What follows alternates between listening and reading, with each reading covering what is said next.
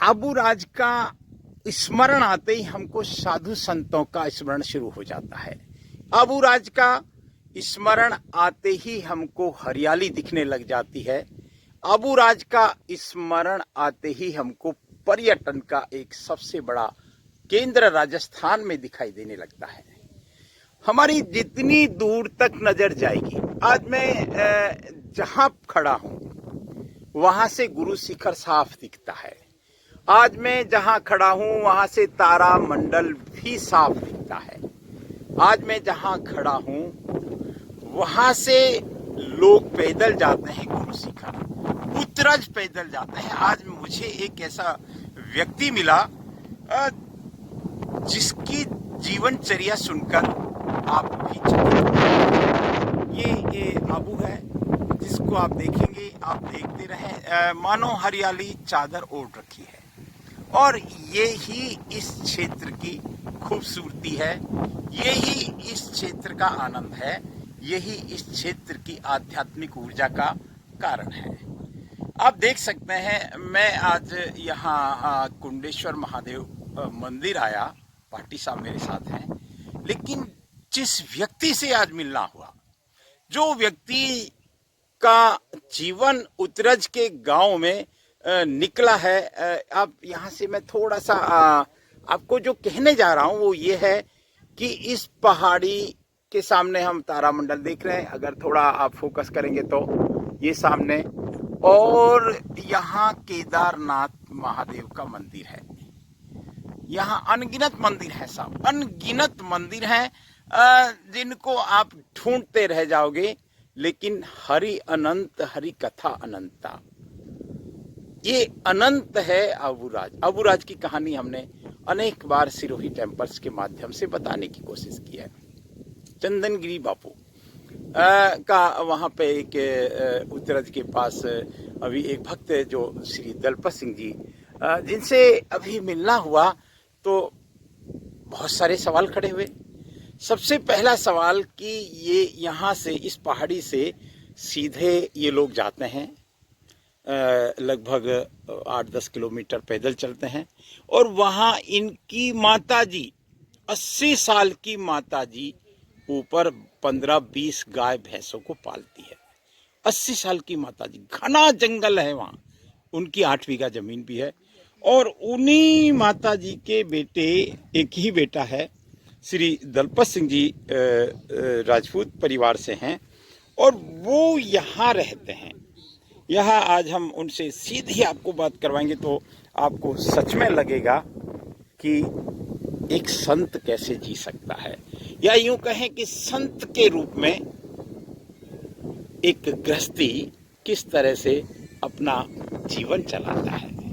4 बच्चे हैं उनके, ये घर है उनका, ये हम सामने देख रहे हैं, क्योंकि यहाँ उनकी आमदनी का स्रोत मात्र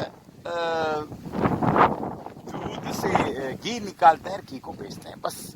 और उस घी को बेचने के बाद यहाँ चूंकि बिजली नहीं है तो उस डीजल का इंजन चलाते हैं और उससे खेती करते हैं। खेती डीजल सब महंगा हो चुका है, इसमें कोई बात नहीं है। हम यहाँ एक बाजरे का खेत देख रहे हैं, ये उन्हीं दलपत सिंह जी का खेत है। बरसात का इंतजार इनको भी है, चारों तरफ पहाड़ियाँ हैं। हमारे साथ में साधु हैं, मैं उनसे भी आपकी बात कराऊंगा। लेकिन इस जगह की खूबसूरती की का जितना वंदन करें उतना आपको कम रहेगा। मैं राजेंद्र नेहरू का हमेशा ये मेरा प्रयास रहता है, और मैं ऐसे जगहों के बारे में कोशिश करता हूँ कि हम हमारी इन विरासतों को जानें। और कभी कभी लगता है कि दूर से तो मानो हरियाली चादर ओढ़ रखी है, ये आबू राज है, आबू राज की महिमा है, हरियाली, वनस्पति, आबू मत दे ओढ़ वो बरसू बारंबार, वो कथा भी कभी आज तक झूठी नहीं गई। हालांकि श्रावण की चर्चा ये है कि श्रावण सूखा गया है, श्रावण की चर्चा ये है कि श्रावण ने इस बार वो आनंद नहीं दिया। श्रावण की जो रिमझिम बरसात होती थी वो, उसको इस बार हम पूरे महीने तरसे हैं, लेकिन फिर भी अभी भादवा पड़ा है। हो सकता है बरसात को आना होगा, आना चाहिए, क्योंकि ऋषि मुनियों का ये जिसको कहते हैं स्थान है आबू, इसमें बरसात को आना ही होता है। मैं माता जी को सच में नमन करता हूँ। एक वहाँ घर भी नहीं है उनका, माता जी का, जैसे हमको दलपत सिंह जी बता रहे थे। दलपत सिंह जी वहाँ खुद जाते हैं, एक बहुत बड़ी शिला है, उसके अंदर एक गुफा नुमा। मुझे लगा कि वो तो साक्षात देवी है, वो साधु है, वो इस जंगल में रहती है, संसार की तमाम भाग दौड़ से दूर। कितना अद्भुत नज़ारा रहा होगा। मैं वहाँ नहीं पहुँचा, हालांकि उनके बारे में जब चर्चा हुई तो मुझे रहा नहीं गया। मैंने कहा चलो दूर से ही मैं उन देवी को प्रणाम करता हूँ, नमस्कार करता हूँ। सुविधाओं के नाम पे दलपत सिंह जी एक साधु का जीवन जीते हैं, इनके बच्चे साधु का जीवन जीते हैं। मैं इस YouTube चैनल के माध्यम से एक जरूर कोशिश करूंगा कि ये प्यारे बच्चे, इनको अच्छा स्कूल मिले, अच्छी इनको पढ़ाई मिले, ऐसी कोशिश हम जरूर करेंगे, क्योंकि हमारा देश में अनगिनत लोग हैं जो परोपकार के नाम पर जीते हैं, परोपकार ही करते हैं। तो ऐसे लोगों तक भी अगर ये बात पहुंचती है तो जरूर ये दलपत सिंह जी का जो घर है। लेकिन मैं उस विषय पे आऊं उससे पहले इनके रहन सहन का पर कुछ चर्चा करते हैं साहब।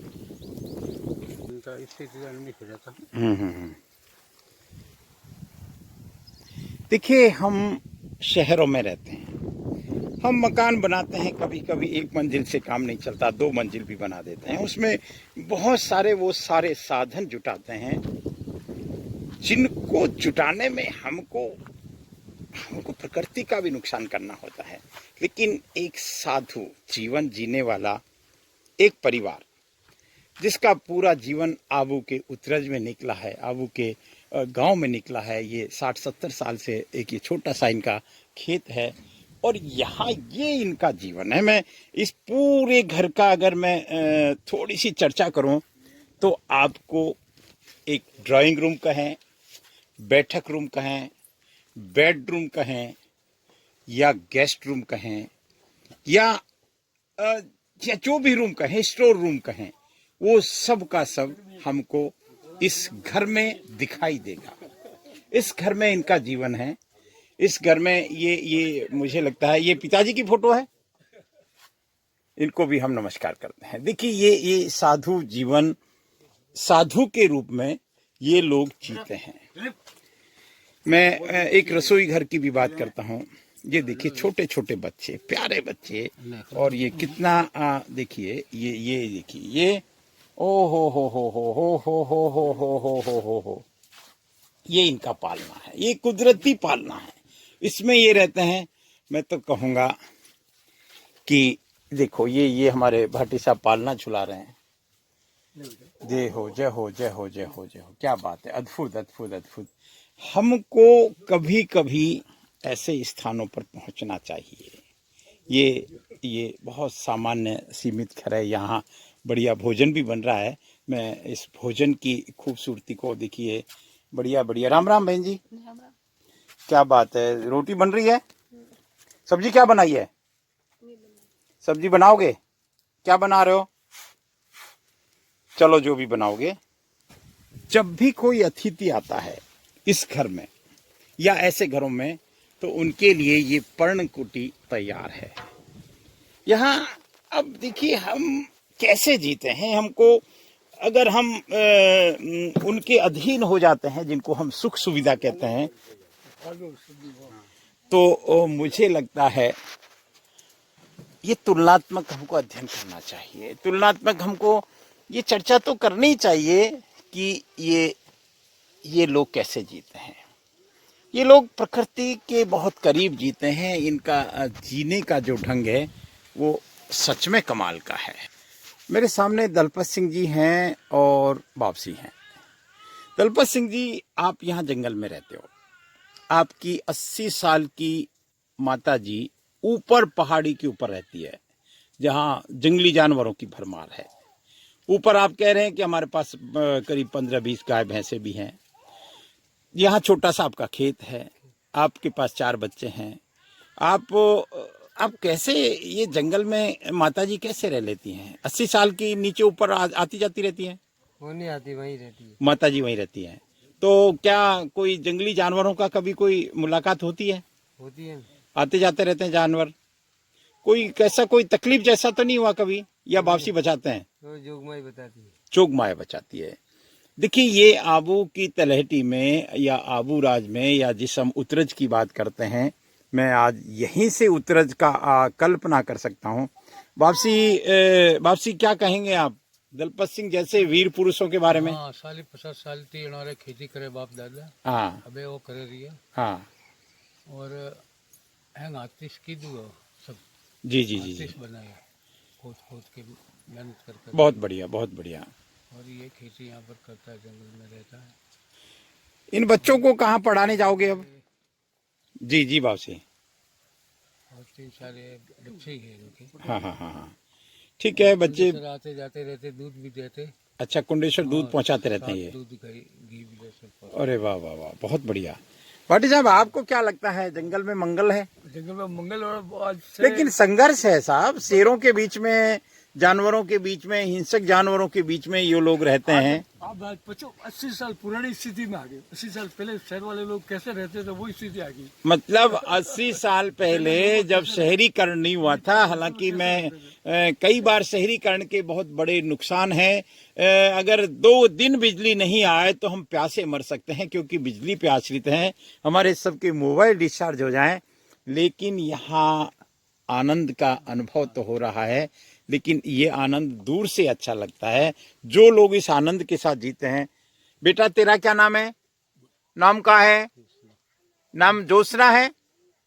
चलिए, बहुत प्यारे बच्चे हैं। बस मैं बात को यहीं विराम देता बिना हूँ। आधुनिक सुविधा के प्रकृति के साथ ये बिल्कुल जुड़े हुए। प्रकृति के साथ जुड़े बिना हैं। लाइट के, बिना मोबाइल मतलब यहाँ देखो, यहाँ लाइट तो है ही नहीं भैया। के कुछ नहीं है। कूलर पंखे की तो बात ही छोड़ो, बस सोलर लाइट से मोबाइल चार्ज कर लेते हो। सूर्य और चंद्रमा की रोशनी से चलते हैं। सूर्य और चंद्रमा की रोशनी से आप यहाँ चलते हैं। मैं बात को बिल्कुल विराम देता हूँ, और इसी आनंद के साथ कि कभी कभी हम यहाँ पहुँचें, और हमारे इन भाइयों की अगर कभी कभी ऐसा लगे कि भाई कुछ करना चाहिए, तो इनके लिए ज़रूर करना चाहिए। मैं ज़रूर हमारे दलपत सिंह जी तक का संदेश लोगों तक पहुँचाऊँगा। नमस्कार।